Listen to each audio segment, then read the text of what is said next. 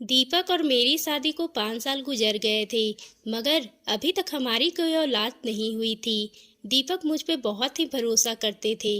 मैं बांझ थी, मगर मैं दीपक से झूठ बोल दिया था कि लेडीज डॉक्टर ने कहा है कि हमारा बच्चा बहुत ही जल्द आ जाएगा। और दीपक ने मेरी बात पे विश्वास भी कर लिया था। लेकिन अब और ज़्यादा झूठ नहीं बोल सकती थी। मैं झूठ बोलकर थक चुकी थी। मैंने सोचा कि मुझे सारी सच्चाई अपने पति को बता देनी चाहिए। अब मैं उसे और धोखा नहीं देना चाहती थी। अपने पति की हकीकत बताने से पहले एक बार मैंने अपनी माँ को फ़ोन किया था और पूछा था कि माँ, मुझे अब क्या करना चाहिए।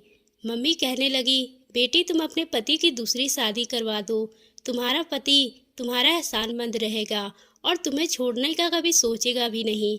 मम्मी की बात सुनकर मुझे बहुत ही गुस्सा आया था, साथ ही दुख भी हुआ था। मुझे यही लगा था कि मेरी मम्मी मुझसे दुश्मनी निकाल रही है, क्योंकि मैं उनकी बहुत ही बदनामी कराई थी। मैं गुस्से से बोली, मम्मी मुझे आपसे ये उम्मीद बिल्कुल नहीं थी। इतना कहकर मैंने गुस्से में फ़ोन बंद कर दिया था।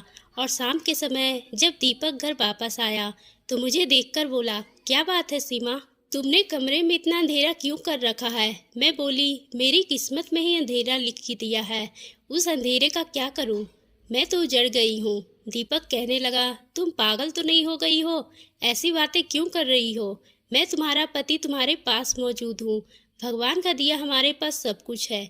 मैंने दीपक को फिर सब कुछ बता दिया कि मैं बांझ हूँ और मैं कभी माँ नहीं बन सकती। आज मैं डॉक्टर के पास चेकअप कराने के लिए गई थी। उसने कहा है कि तुम बांझ हो और अब तुम उम्र भर बच्चा पैदा नहीं कर सकती।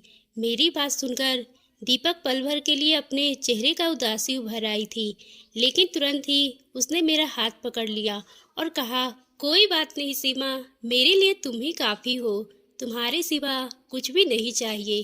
दीपक की तसल्ली देने पर मैंने अपना मूड ठीक कर लिया था। लेकिन एक दिन यही बात मेरी सास को भी पता चल गया था और फिर उनका मूड बहुत ही ज़्यादा खराब हो चुका था। एक दिन हमारी पड़ोसन हमारे घर आई हुई थी। मेरी सास उससे कहने लगी, तुम मुझे कोई अच्छी सी लड़की ढूंढ दो, क्योंकि मैं अपने बेटी की दूसरी शादी करवाना चाहती हूँ। हमारी पड़ोसन कहने लगी, तुम्हारी पहली बहू को क्या हो गया जो तुम अपने बेटे की दूसरी शादी करवाना चाहती हो। जब मेरी सास बोली, वह बेचारी तो बांझ है ना, इसलिए मुझे अपने बेटे की दूसरी शादी करवानी पड़ेगी। ये सब बातें सुनकर मैं थर थर कांपने लगी थी। जब दीपक घर पर वापस आया तो मैं रो रो कर उसे सारी कहानी सुनाई। दीपक ने मेरा हाथ पकड़ा और मुझे अपने कमरे से बाहर ले गया और अपनी माँ के पास खड़ा होकर बोला, मम्मी, सीमा के अलावा मैं किसी के बारे में सोच भी नहीं सकता और मुझे बच्चों से ज़्यादा अपनी पत्नी से प्यार है। इसलिए आज के बाद आप मेरी दूसरी शादी की चर्चा भी मत करना। मेरी सास ने गुस्से से कहने लगी, मैंने तो आज तक ऐसा मर्द नहीं देखा जो अपनी बांझ पत्नी के इस कदर नखरे उठाता हो। जबकि दीपक की बातें सुनकर मेरा हौसला बढ़ गया था। मैं बहुत ही ज़्यादा खुश हो गई थी कि इतना प्यार करने वाला पति मिला है। मैंने दिल ही दिल में भगवान को धन्यवाद किया था कि दीपक का प्यार मेरे लिए ऐसा ही बनाए रखना। रात हुई तो मैंने सोचा कि दीपक को चाय बनाकर दे दूं। मैं चाय बनाने किचन में ही आई थी तो मेरी सास के कमरे से आवाज आ रही थी। मैं अपना नाम सुनकर चौंक गई थी। मैंने गौर किया तो वह अपनी बेटी से फोन पर बात कर रही थी कि तुम चिंता मत करो, मैं सीमा को तलाक दिलवाकर ही दीपक की दूसरी शादी जरूर करूंगी। तुम ऐसा करो कि उसके लिए कोई अच्छी सी लड़की ढूंढना शुरू कर दो। ये बातें सुनकर मेरे दिल पे बोझ गिर गया था। मैं चाय बनाए बगैर ही कमरे में आकर लेट गई थी। मुझे अब अपनी मम्मी का ख्याल आया था, मगर पिछली बार उन्होंने जो मशवरा मुझे दिया था ये मुझे बिल्कुल भी अच्छा नहीं लगा था। वह भी मेरी सास की तरह मेरे पति की दूसरी शादी करवाना चाहती थी। मैंने ना चाहते हुए भी अपनी मम्मी को फ़ोन मिला दिया और मैं रोने लगी थी। मम्मी बोली, सीमा बेटी क्या मेरे साथ बात करने को जी नहीं चाहता। मम्मी की बातें सुनकर मुझे हैरत हुई थी। मुझे तो पता ही नहीं था कि मेरी माँ मेरी खातिर तड़प रही होगी। मैं कहने लगी, मम्मी मेरी ज़िंदगी पहले से तो बहुत ही अच्छी थी, मगर जब से मुझे ये पता चला है कि मैं बांझ हूँ, तब से ये समय मेरे सर पे तलवार लटकती रहती है। मेरी सास ने पड़ोसन से कह दिया है मेरे बेटे के लिए रिश्ता ढूंढ दो, तो कभी अपनी बेटी से भी कहती है। दीपक तो बहुत ही अच्छा इंसान है, मेरी खातिर अपनी माँ से भी लड़ जाते हैं, मगर आखिर वो तो एक मर्द ही है ना। कब तक मुझे अपने दिल की रानी बनाकर रखेगा। एक न एक दिन उसे इस बात का एहसास हो ही जाएगा कि उसकी जिंदगी में एक बच्चा होना चाहिए और उसे दूसरी शादी कर लेनी चाहिए। मम्मी कहने लगी, मुझे एहसास है कि इस समय तुम पे क्या बीत रही होगी, इसलिए तो तुम्हें उस दिन इस बात के बारे में मैंने बोला था।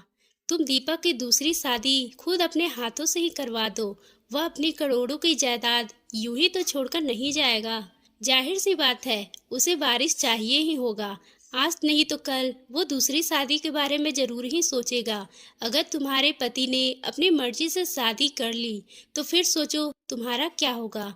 मेरी मानो, तुम किसी गरीब घर की लड़की से उसकी दूसरी शादी करवा दो, तुम्हारा एहसानमंद भी रहेगा और कभी कभी तुम्हारी जगह हासिल करने की कोशिश भी करेगा। बच्चे पैदा करोगी तो तुम भी बराबर की माँ कहलाओगी और हकदार भी होगी। मम्मी की बातें सुनकर मुझे लगा था कि वह बिल्कुल ठीक कह रही है। मैं बोली, मम्मी आपकी नज़र में ऐसी कोई लड़की हो तो मुझे ज़रूर बताना। मैं सोच लिया था कि दीपक की दूसरी शादी करवाए बगैर मेरा अब इस घर में गुजारा मुमकिन नहीं है। हालांकि ये बात मेरे दिल की किसी क़यामत से कम नहीं गुजर रही थी।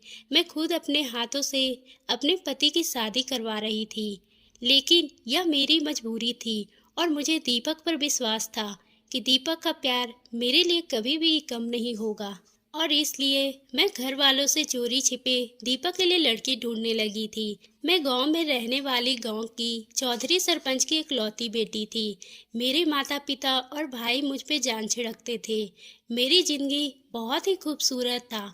मेरा रिश्ता बचपन में ही मेरे पापा के दोस्त के बेटे से तय कर दी गई थी। हम लोग एक ही साथ खेलते थे, पर मेरा जिस लड़के से शादी तय हुई थी वह लड़का बड़ा ही आवारा लड़के की तरह दिन भर खेलकूद में लगा रहता था। ना ही उसे पढ़ाई की कोई फिक्र थी और ना ही हमारे शादी के बाद के भविष्य की। उसे इस तरह का आवारा घूमते देखकर मुझे बहुत ही गुस्सा आता था। मैं वैसे लड़के को बिल्कुल भी पसंद नहीं करती थी। तभी एक दिन अमन मेरे पास आया। उसके हाथों में कांच की चूड़ियां थी। वह मेरे सामने लाकर दिया तो मैंने गुस्से में उसकी सारी चूड़ियों को अपने पैरों तले तोड़ दी। यह देखकर उसकी आंखों में आंसू आ गए थे और वो वापस अपने घर चला गया था। पर मुझे इसे कोई भी फर्क नहीं पड़ा था, क्योंकि मैं उसे बिल्कुल भी पसंद नहीं करती थी। इसी तरह दिन गुजर रहे थे। एक दिन मेरे बड़े भाई के गांव में अस्पताल बनने की एप्लीकेशन दी हुई थी। उन्हीं दिनों एक गांव में टीम आई हुई थी और जमीन वगैरह का परीक्षण कर रही थी और फिर गांव में एक बहुत ही बड़े अस्पताल की बुनियाद डाली गई थी। वह सब लोग भी पापा के डेरे पे ही ठहरे हुए थे। कुछ दिन के बाद टीम वापस चली गई थी, मगर एक इंसान ऐसा था जो वापस ही नहीं गया था और उसका नाम दीपक था। उस गांव की हवा बहुत ही अच्छी लगी थी, इसलिए उसने पापा से अनुमति लेकर कुछ देर रहने का ही इरादा बना लिया था। एक दिन मैं अपनी सहेली के साथ निकली तो मेरी नज़र दीपक पर पड़ी।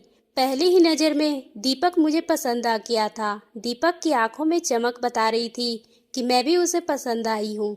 और फिर अगली बार मैं दीपक से खुद ही मिलने चली गई थी। वह मुझे देखकर मुस्कुरा दिया था और कहने लगा, मुझे आपका ही इंतजार था। उसने मुझे अपना मोबाइल नंबर दिया था। मैंने मम्मी के फ़ोन से उसे फ़ोन किया था और हम दोनों की मोहब्बत आगे बढ़ने लगी थी। वो कहने लगा था कि मैं तुम्हें अपनी ज़िंदगी में शामिल करना चाहता हूँ। तब मैंने उसे अपने मंगेतर अमन के बारे में सब कुछ बता दिया था। वह मेरी बात सुनकर बहुत ही हैरान हुआ था और कहने लगा, वह तो बहुत ही अजीब इंसान है। मैं उसके साथ 2 मिनट खड़ा रहकर बात भी नहीं कर सकता। तुम उसके साथ पूरी जिंदगी कैसे गुजारोगी? मैंने दीपक से कहा, तुम मेरे लिए अपना रिश्ता लेकर घर आ जाओ। हो सकता है मेरे माता पिता को तुम पे तरस आ जाए। दीपक ने हामी भरी थी और वापस से शहर चला गया था और फिर पूरे 1 हफ्ते के बाद अपनी बहन और माँ के साथ वापस लौटा था। उसने मेरे रिश्ता मांगा था, मगर पापा ने मना कर दिया था। मैं बहुत ही बेचैन हो गई थी। मैं हर समय रोती रहती थी। मेरी भाभी और मेरी मम्मी दिल बहलाने की कोशिश किया करती थी। एक दिन मैंने पापा से बात करने का फैसला लिया था। मैंने उनसे कह दिया था, कि मैं अमन से शादी नहीं कर सकती हूँ। पापा ने मेरे सर पर हाथ रखा और बोले, बेटा, मैंने अमन की स्वर्गीय माँ से वादा किया हुआ है कि इस तरह तोड़ नहीं सकता। पापा की बात सुनकर मुझे बहुत दुख हुआ था। मेरी आंखों में आंसू आ गए थे। पापा कहने लगे, कोई बात नहीं, वह समय के साथ साथ ठीक हो जाएगा। औरत अगर अच्छी हो और वफादार हो तो आवारा लड़का भी ठीक कर देती है, आवारा लड़का भी ठीक कर लेती है। मैं इस समय दीपा को फोन किया था। मैं बुरी तरह से रो रही थी। वो कहने लगा, तुम चिंता मत करो, मैं तुम्हें इस तरह से बर्बाद नहीं होने दूंगा, मैं तुम्हें लेने आ रहा हूँ। और फिर मैं दीपक के साथ शहर भाग आई थी। मुझे मालूम था कि मेरे पापा की बहुत ही बदनामी होगी। मैं मजबूर थी, मैं दीपक को खोना नहीं चाहती थी। दीपक ने मेरे साथ शादी की और मुझे अपने घर ले गया था। मगर जब दीपक की माँ को पता चला कि दीपक मुझे घर से भगा लाया है तो वह कहने लगी, बेटा, तुम गांव के चौधरी का मुकाबला नहीं कर सकते।